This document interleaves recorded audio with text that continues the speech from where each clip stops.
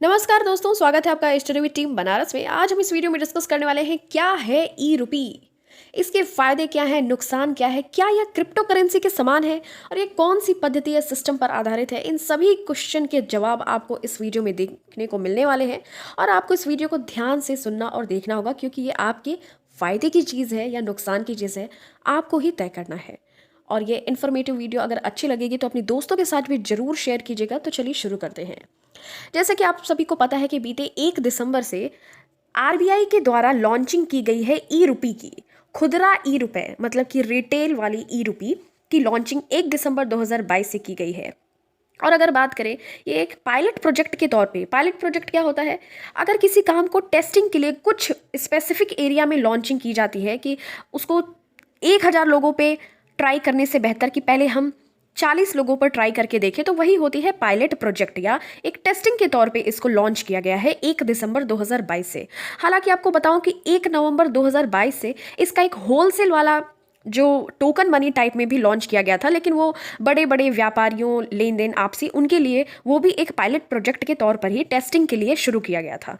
लेकिन ये जो है खुदरा वाला मतलब रिटेल वाला, इसको 1 दिसंबर से जो 2022 लॉन्च किया गया है, इसको 4 शहरों में लॉन्च किया गया है, जैसे मुंबई, नई दिल्ली, बेंगलुरु और भुवनेश्वर में। इन 4 शहरों में पायलट प्रोजेक्ट के तौर पर टेस्टिंग के रूप में इसको लॉन्च किया गया है। और अगर दूसरे चरण की बात करें तो ये तो पहले चरण में 4 शहर थे, दूसरे चरण में अगर बात करें तो इससे 9 शहर और जुड़ेंगे, जिनमें होंगे अहमदाबाद, गुवाहाटी, हैदराबाद, इंदौर, कोच्चि, हमारा लखनऊ भी, गंगटोक, पटना और शिमला, इतने शहर और जुड़ेंगे। और अगर इन सभी 9 शहरों, 4 शहर अभी जो है, इन सभी में अगर सक्सेसफुली देखा गया कि ई रुपी अगर अच्छे से चल रही है, तो इसको पूरे भारत में लागू करने की बात की जाएगी।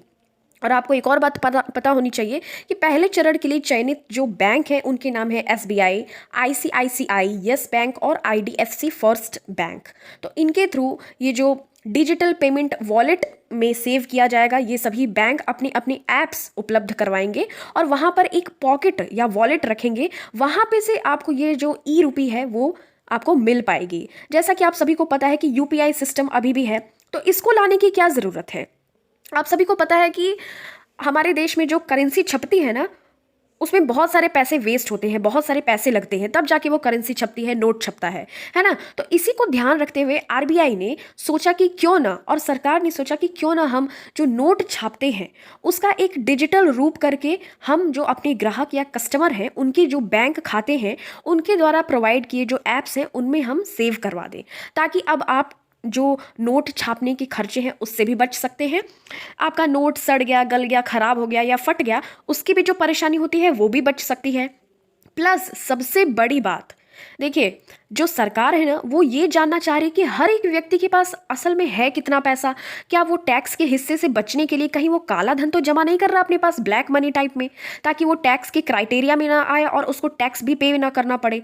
तो ये सारी चीज़ों को ध्यान रखते हुए निर्मला सीतारमण जी, जो कि हमारे वित्त मंत्री हैं, और मोदी साहब, मोदी सरकार ने सोचा कि क्यों ना हम एक तीर से 4 निशाने खेलें। सबसे पहले तो देखिए, आपका जो सेव हो जाएगा पैसा, आपके जो डिजी लॉकर आप कह सकते हैं या आपका जो बैंक का लॉकर होगा उसमें सेव हो जाएगा, लेकिन वो डिजिटल फॉर्मेट में होगा। आपको हाथ में ऐसे कड़क कड़क नोट देखने को नहीं मिलेगी, ठीक है। वो आपको बस इमेज दिखेगी कि हाँ ठीक है, आपके बैंक में या आपके वॉलेट में 100 रुपए का नोट है, वो आप मोबाइल में ही देख सकेंगे। तो देखिए, सरकार का छापने का पैसा तो बचा ही बचा, प्लस आपका चोरी होने से, जो चोरी आजकल पैसे कैश वगैरह हो जाते हैं, वो भी नहीं होगा। कहीं मान लीजिए आप जा रहे हैं, फोन पॉकेट से निकाला, उसके बाद पता चला फोन निकालने के साथ ही साथ आपका कुछ पैसा भी गिर गया, रुपए गिर गए, नोट वगैरह, तो इन सारी चीज़ों से परेशानी से बच सकते हैं।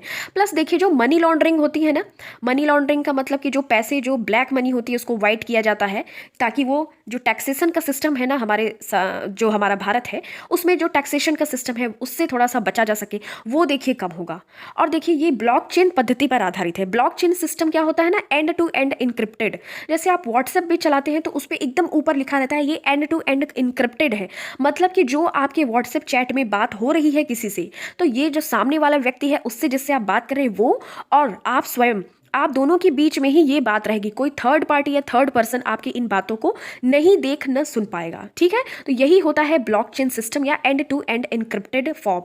तो इसी तरीके से सरकार चाहती है, या सरकार ने आश्वासन भी दिया है कि आपकी जो ये मनी रहेगी, ये सिर्फ आरबीआई को पता होगा और आपको पता होगा, और आपने जिस बैंक में रखा होगा, जो वॉलेट आपको मिलेगा एक ऐप के माध्यम से आपके मोबाइल फ़ोन में, वहाँ पे आपको दिखता रहेगा।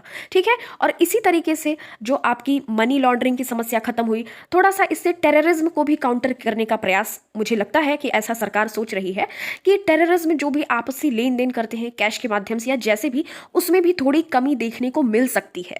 ठीक है, अभी तो फिलहाल ये पायलट प्रोजेक्ट के तौर पे शुरू किया गया है कुछ 4 शहरों में, फिर दूसरे चरण में 9 शहर भी शामिल होने को हैं। लेकिन देखिए, ये सारी चीज़ें अगर सरकार कर रही है ना, तो कुछ ना कुछ सोच समझ के फायदे के साथ ही कर रही है।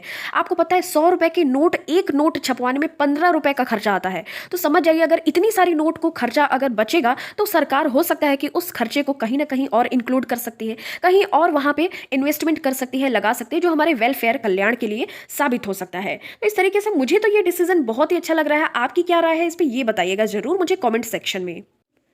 देखिए, एक और बात यहाँ पे ये जानने लायक है, ऐसा सुनने में आया है कि ये बिना इंटरनेट के, मतलब कि बिना आपके फ़ोन में इंटरनेट की सुविधा हुए, कोई नेट पैक कुछ भी नहीं है, तभी भी आप इन पैसों का, मतलब ई रुपी का इस्तेमाल कर सकते हैं। जैसा कि आपको पता है कि जैसे आप हाथ में जो कड़क कड़क नोट लेते हैं, उसमें भी तो कोई इंटरनेट का सिस्टम नहीं है ना, आप बस जो एक हाथ दो एक हाथ लो ऐसा वाला काम करते हैं। तो इसी तरीके से सरकार की प्लानिंग ये है कि आप जिस बैंक में पैसा जमा करेंगे, ठीक, वो बैंक आपको एक ऐप उपलब्ध करवाएगी और उस ऐप में वो एक वॉलेट बनवाएगी। ठीक है, वो खुद ही बना के आपको देगी और आपको उसमें जितने भी ई रुपीज़ जमा हुए रहेंगे, आप उनको बस उसकी इमेज दिखाएंगे या फोटो दिखाएंगे दूसरे को, और वो फोटो ही आप सेंड करेंगे दूसरे को। मतलब नगद रूप में आपको कुछ नहीं मिलेगा, कैश में कुछ नहीं मिलेगा, आपको बस बैंक टू बैंक या ऐसे ही ट्रांसफर हो जाएगा आपके फ़ोन से, वो भी बिना किसी इंटरनेट कनेक्शन के। तो ऐसा कुछ सरकार सोचने के मतलब फिराक में है। और अगर बात करें क्या ये क्रिप्टो करेंसी की जैसा है, तो बिल्कुल भी नहीं। क्रिप्टो करेंसी में क्या होता है कि वो प्राइवेट कंपनीज वगैरह, और मतलब कि उनका तो अता पता भी नहीं रहता कि कौन इसको रेगुलेट कर रहा है ना। और इसको तो आपको पता है कि आरबीआई रेगुलेट कर रही है। तो RBI, reserve bank of India, हमारे देश की सबसे बड़ी मौद्रिक नीति वाली बैंक है। तो आपको पता है कि सरकार की नज़र में भी रहेगा और बिल्कुल ये सेफ एंड सिक्योर रहेगा। लेकिन एक बात और आती है कि अगर आपका फ़ोन चोरी हो गया, क्या आपके वॉलेट से कोई और निकाल सकता है? पैसे तो आपके वॉलेट में ही रहेंगे, फ़ोन में ही रहेगा, कोई भी यूज़ कर सकता है। तो ये सारे सिस्टम पे भी कुछ ध्यान देने की ज़रूरत है, एंड आई होप कि सरकार भी इस दिशा में ज़रूर काम करेगी और ऐसे ही कोई प्लान एग्जीक्यूट थोड़ी ना कर देगी, है ना। और दूसरी बात ये कि ये ब्लॉकचेन पर सिस्टम पर आधारित है। जो भी बातें होंगी, जो भी आपके पैसे का लेन देन होगा, वो आरबीआई और आपके बीच में रहेगा, कोई और तीसरा व्यक्ति इसको चेक भी नहीं कर पाएगा। ठीक है, तो इस तरीके से आप सरकार की नज़र में भी रहेंगे। जो भी आपका लेन देन होगा, सब कुछ सरकार उस पर निगरानी करेगी। क्या यह आपको आंशिक नोटबंदी या पूरी तरीके से नोटबंदी का ख्याल नहीं आ रहा है कि सरकार अब नोट छापने के खर्चे से भी बच जाएगी, नोट छपेंगे नहीं और आपके बैंक में सीधे आपको ई रुपये के रूप में देखने को मिलेंगे, नोट का खर्चा भी बच जाएगा और नोटबंदी भी इस तरीके से हो जाएगी। ठीक है, तो इस पर विचार जरूर कीजिएगा और मुझे जरूर बताइएगा कॉमेंट के माध्यम से। और एक और बात है कि ये जो डिजिटल ई रुपये है ना, इस पर कोई आपको ब्याज नहीं मिलेगा, कोई भी इंटरेस्ट नहीं मिलेगा। जैसे कि आप अपने बैंक में कुछ पैसे रखते हैं, सेविंग अकाउंट्स या जो भी अकाउंट्स हैं, तो उनमें आपका ब्याज मिलता रहता है, कुछ ना कुछ मंथली या आपको एनुअली, वार्षिक तौर पे ब्याज मिलता रहता है, पर इसमें ऐसा कोई ब्याज वगैरह नहीं मिलेगा। ठीक है, और इसी तरीके से, और अगर आपको ये इन्फॉर्मेशन पसंद आती है तो अपने दोस्तों के साथ जरूर शेयर करें। Thank you so much for watching this. मिलते हैं आपसे नेक्स्ट वीडियो में ऐसे ही कुछ इन्फॉर्मेटिव जानकारी के साथ।